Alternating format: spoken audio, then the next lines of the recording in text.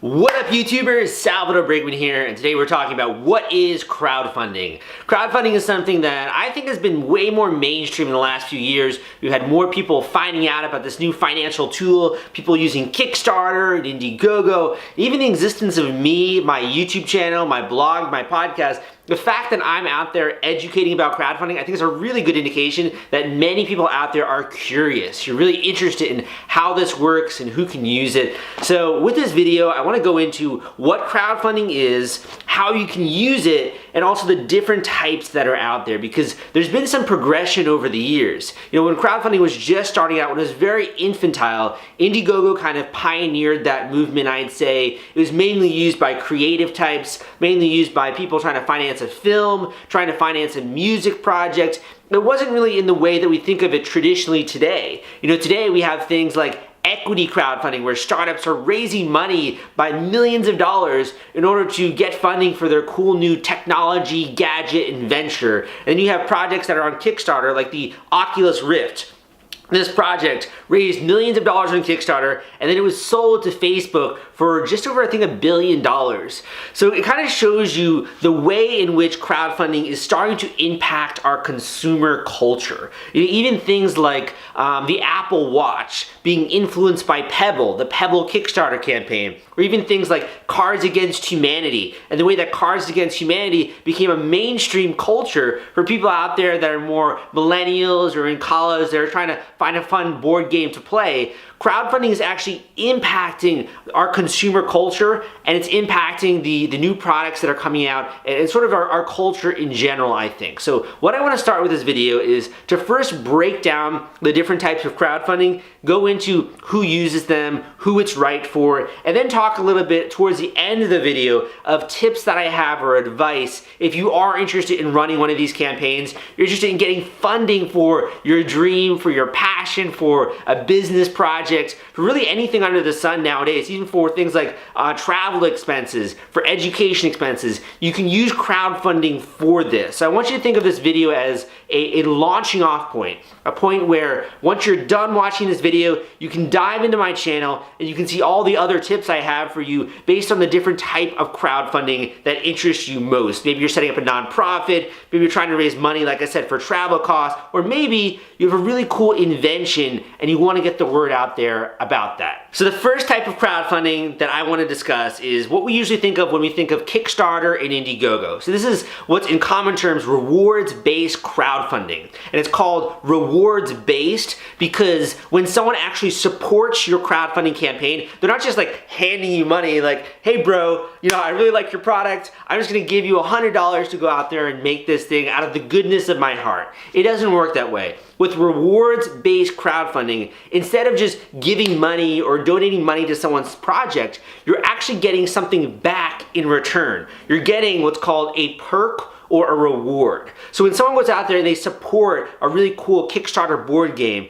or they support this cool new watch that they saw on Indiegogo, they're not just giving them money, they're also gaining access to a select tier of different perks or rewards that are on Kickstarter or Indiegogo. So that creator is basically saying, hey dude, like I'm trying to raise money for this, I want to do the initial production run of this product. If you help me out now, I will give you a copy of one of these products when it actually comes out. When I'm done making it, when I'm done with the production run and finalizing the manufacturing, we'll send you one of these in the mail when it's finally ready to go out. And that way you can become an early adopter, you can test it, you can get it in your hands, you can play with it, you can show it off to your friends.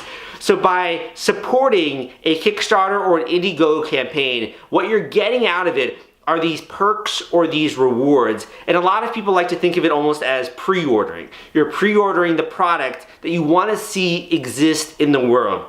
Now, of course, there are backers out there who are very enthusiastic about helping people. They're more interested in actually the financial support for the creator than actually getting the product in the mail. But many people out there still need that sort of self-interested motivation. Like, they're not just going to give money to someone out of the kindness of their heart. They also need something in return. So Kickstarter and Indiegogo are the purest form of rewards-based crowdfunding out there. There are some other more niche websites out there that are catered to things like film, like Seed and Spark. That's a great website for film lovers. There's also ones that are catered to more music style kind of creators or artists, like Pledge Music. So depending on the type of niche, there are different websites out there, but definitely the granddaddy in this space is going to be Kickstarter and Indiegogo for rewards-based crowdfunding. Now the second type of crowdfunding I think is more in the mainstream. Like when I'm at a party or something, or I'm at a networking event, I say I'm in the crowdfunding industry, I help educate about this topic, I have books, I have the podcast, etc. And usually what comes to mind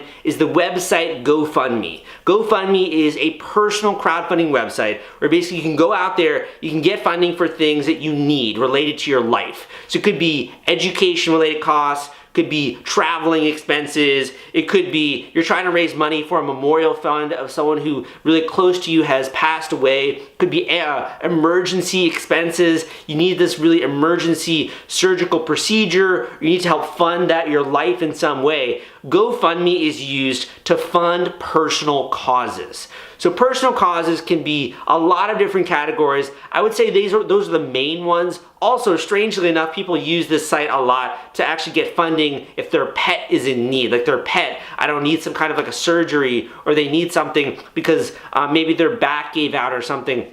They might also use GoFundMe as a website to do that. So along with rewards-based crowdfunding, there's also personal crowdfunding. And in addition to personal crowdfunding, I would also lump into that category cause-based crowdfunding, or what nonprofits are engaged in. So I have a great YouTube video out there on nonprofit crowdfunding that you can check out that goes more in depth into that and the types of nonprofit crowdfunding. But I would say the main quick takeaway here is that yes, 100%, more and more nonprofits are going out there and they're getting funding from the crowd. They're going out there, they're getting donations from people that don't know them. They're getting strangers to get interested in their message and their story. And really, I think online giving is it's been the best time in history to start a nonprofit because it is so easy to connect with crowds of people out there that are interested in what you're doing. So nonprofit crowdfunding and personal crowdfunding are really, really big in this sector. GoFundMe has raised billions of dollars from the crowd, just to give you an idea here. And there are many other websites out there that you can use to raise money. You can dive into my channel and see some of the other videos that I have out there. And in addition, I'll just say right now, I've written many books on this subject of crowdfunding. So like I've written the book, The Kickstarter Launch Formula, which is more geared towards inventors or creative types trying to raise money with crowdfunding. I've also written Crowdfunding for Personal Expenses. That's a great book if you're more interested in raising money for things like education or travel expenses or things that are related to your life. And in addition, I've written the book, Nonprofit Crowdfunding Explained. So Nonprofit Crowdfunding Explained is actually one of my more loved books because I just don't think there is enough information out there for the nonprofits that are struggling in today's economy to get funding to help the people that they want to help and to really forward their mission. So if you're at all interested, I'm going to be throughout this video linking to the different books that I've written on these various subtopics. So whichever one's interested in you, you can grab a copy, you can grab an Audible copy or a physical copy or an ebook copy, and you can learn more about that type of crowdfunding. So the next type of crowdfunding that I want to discuss has been in the news way more recently, and that is equity crowdfunding. And I have a video out there comparing actually traditional crowdfunding with equity crowdfunding. But to sort of sum it up, basically with equity crowdfunding, you can use a Kickstarter-like launch sequence, but instead of giving people rewards or perks or a pre-order of the product, they're actually getting equity in your company. They're actually being able to own a share of your company when you do an equity crowdfunding campaign, and that is really freaking powerful. Number one, their incentives are aligned with you. They want to see the company succeed, so they're the purest form possible of brand evangelists. They want your company to succeed. They're happy to share your mission and what you're doing with their friends. They're trying to get other people interested in your mission and what you're doing. So I think that equity crowdfunding not only is a great way to raise money, with Title III of the Jobs Act, you can raise upwards of $1 million in a 12-month period. With Regulation A+, you can raise upwards of $50 million in a 12-month period. I have more videos going more in depth into that, but basically suffice it to say, if you're interested in raising money and you don't want to do some kind of like a pre-order campaign, you don't want to just like raise money, manufacture the product, and then pay all of that money to ship it out to people and get it out into their hands, you can do an equity crowdfunding campaign for like a software startup, for an app, or even more of a physical product. And then that way, you not only get the funding, but you also then don't have to ship anything out to people if you don't want to. They're buying into the company in hopes that there will be an exit opportunity in the future, there'll be a liquidity event, you're selling your company, you're doing an IPO, in some way they can cash out the money they put in the beginning, and that is the basis of equity crowdfunding.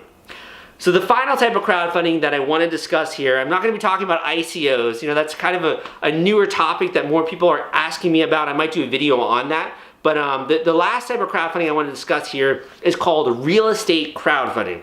Now, real estate crowdfunding, there aren't too many people out there that are actually in the real estate industry that even know that crowdfunding exists for real estate, which is wild to me because it's such a big thing. Fundrise and Realty Shares are two major real estate crowdfunding websites out there. I have videos on these guys, but basically with real estate crowdfunding, it functions very similarly. So if you've been listening to me throughout this video, you'll notice some commonalities. One of the commonalities is that crowdfunding can be used to basically fund the purchase of, or fund an opportunity, or fund the creation of a project. And rather than just like one, two, or maybe a handful of people putting in a lot of money into this project to support it, you're actually getting funding from a bunch of people, from a crowd. So the way that real estate investments traditionally work, you're gonna be dealing with like one, two, maybe three people. You might be dealing with a company that specializes in real estate investments, but usually you're gonna be one or two or a handful of people putting a lot of money into one investment opportunity.